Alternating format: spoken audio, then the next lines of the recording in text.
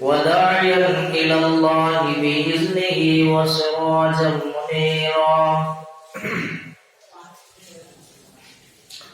أما بعد فإن خير الحديث كتاب الله وخير الهدي هدي محمد صلى الله عليه وسلم وشر الأمور محدثاتها وكل محدثة بدعة وكل بدعة ضلالة وكل ضلالة في النار. أعوذ بالله السميع العليم من الشيطان الرجيم. بسم الله الرحمن الرحيم. سبحان الذي أسرى بعبده ليلا من المسجد الحرام إلى المسجد الأقصى الذي باركنا حوله لنريه من آياته إنه هو السميع البصير. وقال النبي صلى الله عليه وسلم عن أبي هريرة رضي الله تعالى عنه قال قال رسول الله صلى الله عليه وسلم كل أمتي يدخلون الجنة إلا من أبى. قالوا من أبى يا رسول الله؟ قال من أطاعني دخل الجنة ومن عصاني فقد أبى. رواه البخاري. وقال النبي صلى الله عليه وسلم قال رب اشرح لي صدري ويسر لي أمري واحلل عقدة من لساني يفقهوا قولي رب زدني علما. حمد و ثنا، تعریف و توصیف، عبادت و بندگی اسی خالق مالک کائنات کے لیے جس نے ساری کائنات کو پیدا کیا اور وہی وَهُوَ عَلَى كُلِّ شَيْءٍ قدیر ہے. جو ذات ہمیشہ سے ہے، ہمیشہ رہے گی، اس پہ کبھی بھی فنا نہ آئے گی. اس اللہ رب العالمین کی حمد و ثنا کے بعد میں اللہ رب العالمین کی دربار میں یہ دعا کرتا ہوں کہ درود و سلام کے پھول نشاور ہوں اس ہستی اقدس و مقدس پر کہ جن کا نام نامی اسم گرامی حضرت محمد الرسول اللہ صلی اللہ علیہ وآلہ وبارک وسلم ہے، جو ہمارے لیے بشیر اور نذیر بن کر آئے ہوئے تھے. اللہم صلی علی محمد وعلی آل محمد کما صلیت علی ابراہیم وعلی آل ابراہیم انک حمید مجید. اللہم بارک علی محمد وعلی آل محمد کما بارکت علی ابراہیم وعلی آل ابراہیم انک حمید مجید. سورہ بنی اسرائیل کی چند آیتیں میں نے آپ کی خدمت میں پیش کی ہیں. اللہ رب العزت فرماتا ہے سبحان الذی، وہ بابرکت ذات ہے اللہ رب العالمین کی، اور اتنی بابرکت ذات ہے کہ وہ کسی انسان یا جانور پر ظلم اور زیادتی نہیں کرتا، بلکہ اس کا جو انصاف اور عدل ہے ساری کائنات کے لیے ہے. اور اللہ نے قرآن کریم میں واضح کیا وَمَن يَعْمَلْ مِثْقَالَ ذَرَّةٍ خَيْرًا يَرَهُ وَمَن يَعْمَلْ مِثْقَالَ ذَرَّةٍ شَرًّا يَرَهُ. وہ بابرکت ذات ہے جس نے اپنے بندے کو بیت اللہ سے بیت المقدس تک سیر کرایا، سفر کرایا. یہاں پہ جو لفظ قرآن کریم میں آیا عبد کا، عبد کہتے ہیں عربی میں بندے کو، یعنی ہم سب اللہ رب العالمین کے بندے ہیں اور ہمارا آقا اور مالک اللہ تبارک و تعالی ہے. جیسے چلنے کی طاقت، پھرنے کی طاقت، سونے اٹھنا کھانا اولاد مارنا جینا سب میرے آقا یعنی اللہ تبارک و تعالی کے ہاتھ میں ہے. وہ جب تک ہمیں زندہ رکھتا ہے وہ اس کی مرضی ہے، جب چاہے چھین سکتا ہے.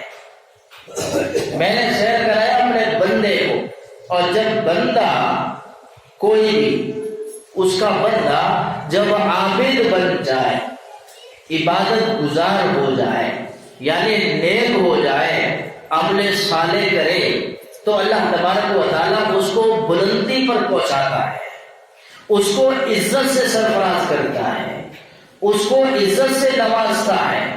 اور جو شخص صرف بندہ بنا رہا، عابد نہ بنا، عبادت گزار نہ بنا، وہ پھر ذلتوں میں چلا جاتا ہے، ذلیل ہو جاتا ہے، خوار ہو جاتا ہے، پریشان اور تنگ ہو جاتا ہے، یہاں تک کہ اس کے سر پر ساری مصیبتیں کھڑی ہو جاتی ہیں۔ اور آج یہی وجہ ہے، ہم بندے ہیں، لیکن اللہ تبارک و تعالیٰ نے یہ نہیں کہا کہ تم کو میں نے بندہ بنایا تو صرف اس لیے بنایا جو تم چاہو وہ کرو، جو تم چاہو وہ کھاؤ، جو تم چاہو وہ منہ مارو، جو تم جیسا چاہو ایسا کرو۔ نہیں، اللہ تبارک و تعالیٰ نے بندے کو پیدا کرنے کا مقصد بھی بتایا، الجن والانس الا لیعبدون، میں نے انسان اور جنوں کو فقط میری عبادت کے لیے پیدا کیا ہے۔ اور جب بندہ عابد بن جائے، عبادت گزار بن جائے، تو اللہ تبارک و تعالیٰ اس کو سرفراز کرتا ہے، یعنی بلندی پر پہنچاتا ہے۔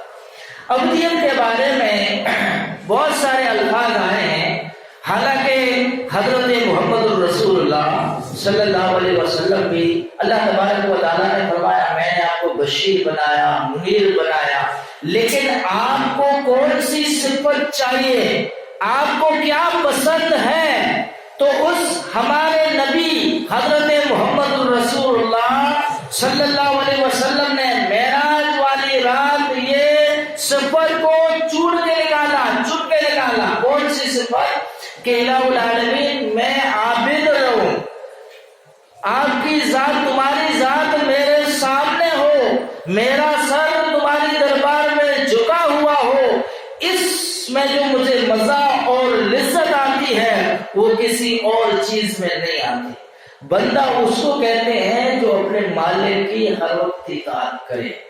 یہ بھی حضرت محمد الرسول اللہ صلی اللہ علیہ وسلم نبی بنانے سے پہلے جوان تھے، لیکن عبادت کرتے تھے، گھر اللہ رب العالمین کی عبادت کرتے تھے، یہاں تک کہ جو غیر مسلم تھے، جو جن کو کافر کہا جاتا ہے، جو اسلام کو نہیں مانتے، یا یہودی ہو نصارہ ہو، وہ بھی یہ لوگ اس بات پر یعنی متفق تھے کہ یہ بندہ جو ہے، نہ کبھی ہم نے اس کی زبان سے جھوٹ سنا، نہ اس نے کبھی دھوکہ دیا، نہ کبھی اس نے کسی کو گالی دی، نہ کسی کو ستایا، یعنی بے داغ زندگی۔ جوانی میں بھی حضرت محمد الرسول اللہ صلی اللہ علیہ وسلم نے اللہ رب العالمین کا عابد بن کے زندگی گزاری، عبد بن کے نہیں، عابد بن کے، یعنی عبادت گزار بن کے زندگی گزاری۔ ایسا عابد بنا،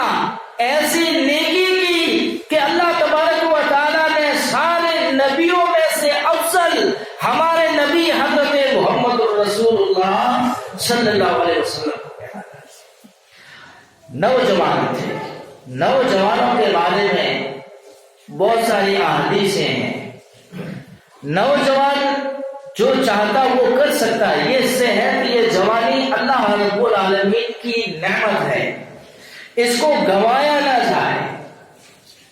ابھی اسلام پھیلا نہیں کہ مکہ کے اندر حضرت محمد الرسول اللہ صلی اللہ علیہ وسلم اس کلام میں قرآن مجید کو کعبے کی دیوار پر تلاوت کر رہے ہیں، پڑھ رہے ہیں۔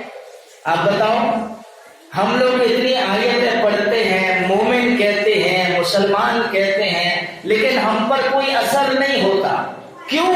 اس لیے کہ ہمارا یہ قرآن حلق سے نیچے نہیں اترا، عملی میدان میں ہم کھوکھلے پڑے ہوئے ہیں۔ اسی لیے قرآن کہتا ہے ضربت علیہم الذلہ والمسکنہ۔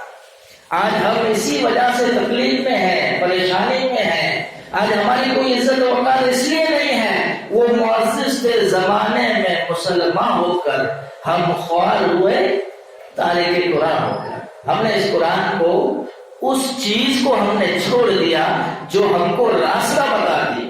ہر انسان اگر رات کو جاتا ہے تو بندوبست کرتا ہے، لائٹ ہونی چاہیے، راستہ صحیح ہونا چاہیے، سفر میں جاتا ہے تو بھی بندوبست کرتا ہے. ہم نے کیا بندوبست کیا کہ یہ زندگی کے بعد آخرت میں ہمارے پاس ایسی کون سی چیز ہے. قرآن تو بند پڑا ہوا ہے. اگر کہیں سے قرآن کی آواز بھی اب تو فجر کے بعد شاید اللہ رحم کرے اکثر جگہ سے آتی ہوگی، لیکن سنا جائے تو صرف گانا بجتے، موسیقی بجتی ہے، گالیاں نکلتی ہیں. بتاؤ مسلمان برادری، نوجوان، یہ نسل کہاں جا رہی ہے؟ کیا کر رہی ہے؟ کسی کے نقش قدم، کس کے نقش قدم پر چل رہی ہے؟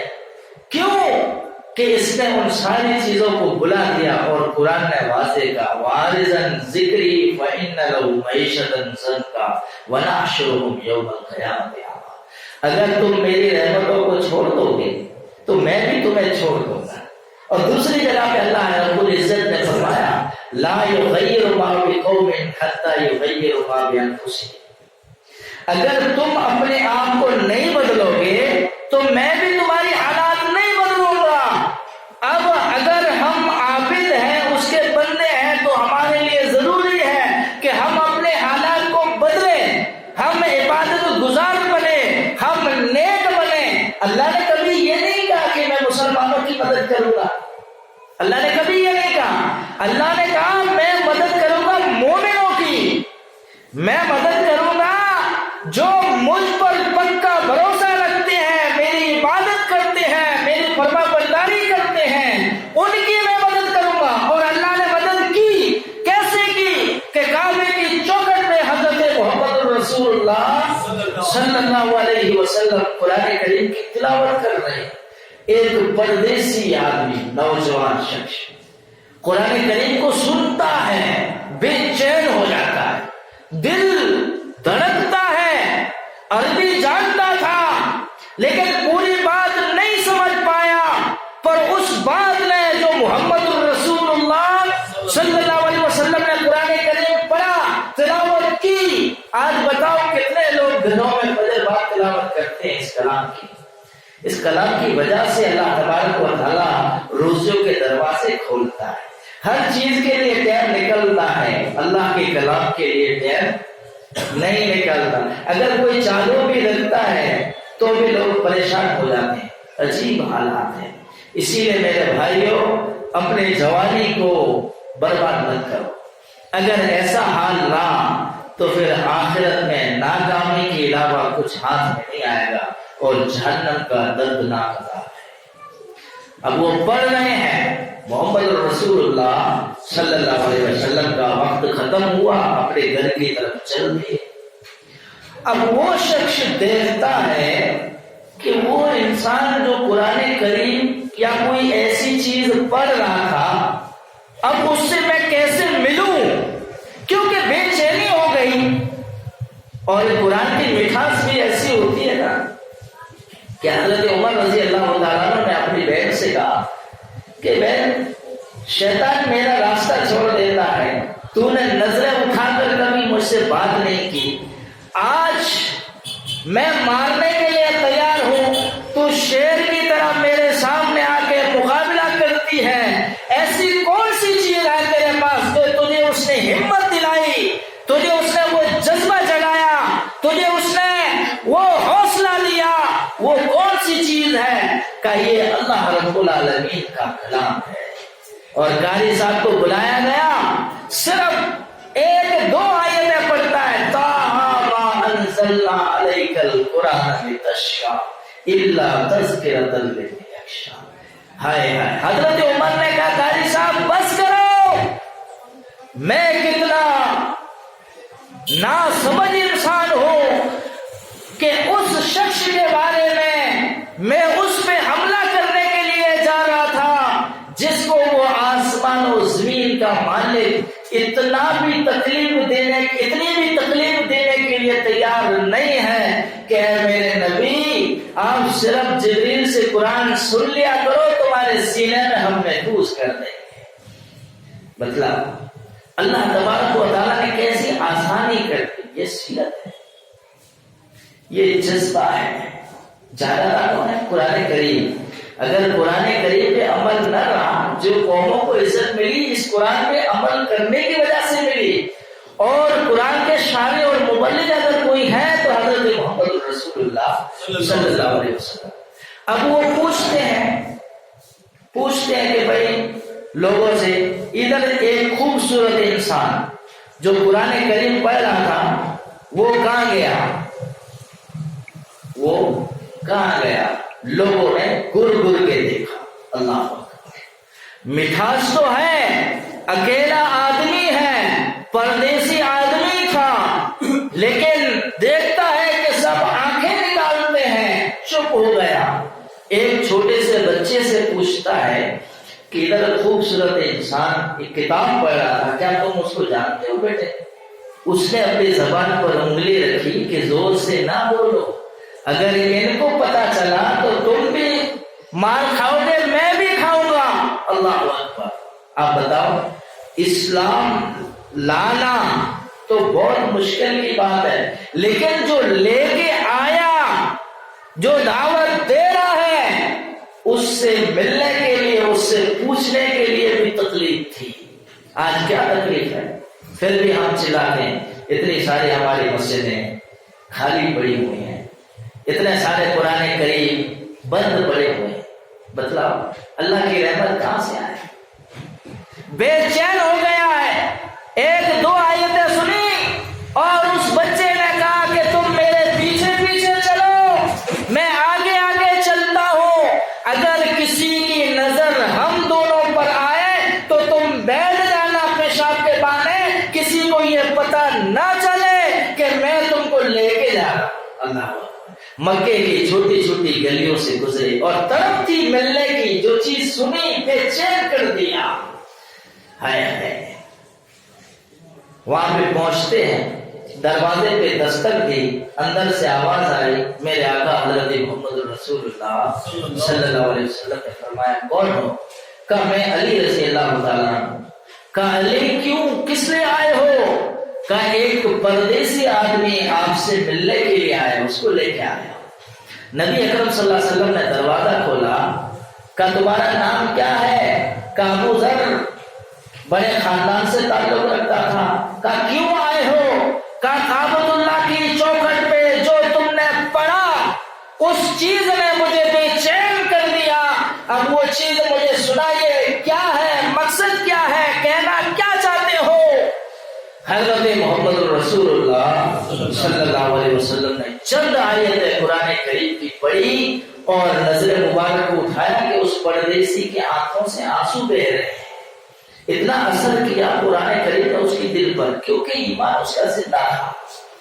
آج کتنی بھی آیتیں پڑھ لو، ہمارا ایمان مردہ بن چکا ہے، اسی لیے کسی چیز کا اثر نہیں ہوتا. کیا چاہتے ہو؟ کہا جو بھی آپ کی دعوت ہے میں اس کو قبول کرنا چاہتا ہوں، آپ مجھے مسلمان کر دیجیے. نبی اکرم صلی اللہ علیہ وسلم نے فرمایا ابو ذر یہ بہت مشکل چیز ہے، جو انسان ایمان لاتا ہے تو سمجھ لو پھر اس پہ دکھوں کے، مصیبتوں کے پار بھی ٹوٹیں گے، پھر اس کو پریشانیاں بھی آئیں گی، پھر اس پہ آزمائشیں بھی آئیں گی، پھر اس کو تکلیف بھی دی جائے گی، پھر اس کو وطن سے بے وطن بھی کیا جائے گا. کیا یہ چیز مشکل ہے؟ سوچ لو. کہ جس دن گھر سے قدم اٹھایا تھا اس نے سوچ لیا تھا آپ مجھے مسلمان کیجیے. نبی اکرم صلی اللہ علیہ وسلم نے کلمہ پڑھایا اور سوچتا ہے گھر جاؤں. یہ بھی نوجوان تھا، جاؤ گھر جاؤ، لیکن جو سن کے آیا، جو پڑھ کے آیا، اس چیز نے بے چین کر دیا کہ وہ چیز کیا ہے جس کو میں ہی اپنے دل میں محفوظ رکھوں، اس چیز کو میں عام کروں اور حضرت محمد رسول اللہ صلی اللہ علیہ وسلم کی دعوت کو دوسروں تک پہنچاؤں. اصل میں یہ مسلمان کا فرض ہوتا ہے کہ جو چیز آپ کو اچھی چیز، کوئی بھی حدیث و قرآن کی آیت آتی ہے، یہ آپ دوسرے تک پہنچائیے اور اسی سے ہی برکت پڑے گی، اسی سے ہی لین ملے گی. چاہے اپنے گھر میں بھی آپ ایک دو حدیثیں بیان کیجئے، ایک دو آیتیں پڑھ کے ان کا ترجمہ کیجئے، اس سے اللہ تبارک و تعالیٰ برکت دے گا. اور قرآن و حدیث کی دلیل لائیے. صادقین، اگر سچے ہو۔ سوچتا ہے کہ کعبۃ اللہ کی دیوار پہ کعبے کے اندر پہنچتا ہے کہ چاروں طرف سے کافر و مشرک اپنی مستی میں بولتا ہے ادھر آؤ، اسلام کے بارے میں تم کیا کہتے ہو؟ کہ اسلام کی بات نہ کرنا، کہ جس چیز سے تم منع کرتے ہو، جس چیز سے تم روکتے ہو، اس چیز کو میں نے قبول کیا ہے۔ آپ بتاؤ، نوجوان تھا، اس نے اپنی بات بات کر لی اور تکلیف آئی، مارا گیا، پیٹا گیا۔ حضرت عباس آتے ہیں، کہتے ہیں یہ بڑے خاندان سے تعلق رکھتا ہے، آپ کا کاروبار ادھر چل رہا ہے، بند ہو جائے گا۔ اس کو چھڑایا اور حضرت محمد رسول اللہ صلی اللہ علیہ وسلم کی خدمت میں حاضر کیا۔ میرے نبی کہتے ہیں ابو ذر تو نے ظاہر کیوں کیا؟ کہ جو چیز میں نے سنی، جس چیز کو میں نے اپنایا، وہ میں چھپا کے کیسے رکھوں، میں دوسروں تک پہنچاؤں گا۔ اے میرے نبی، میں وعدہ کرتا ہوں کہ چند ہی دنوں میں اپنے پورے قبیلے کو مسلمان بنا کے لاؤں گا۔ یہ بھی نوجوان تھا، اکیلا تھا، آخر میں اپنے پورے قبیلے کو اسلام پہ لایا اور محمد الرسول اللہ صلی اللہ علیہ وسلم کی سنت پہ چلا ہے۔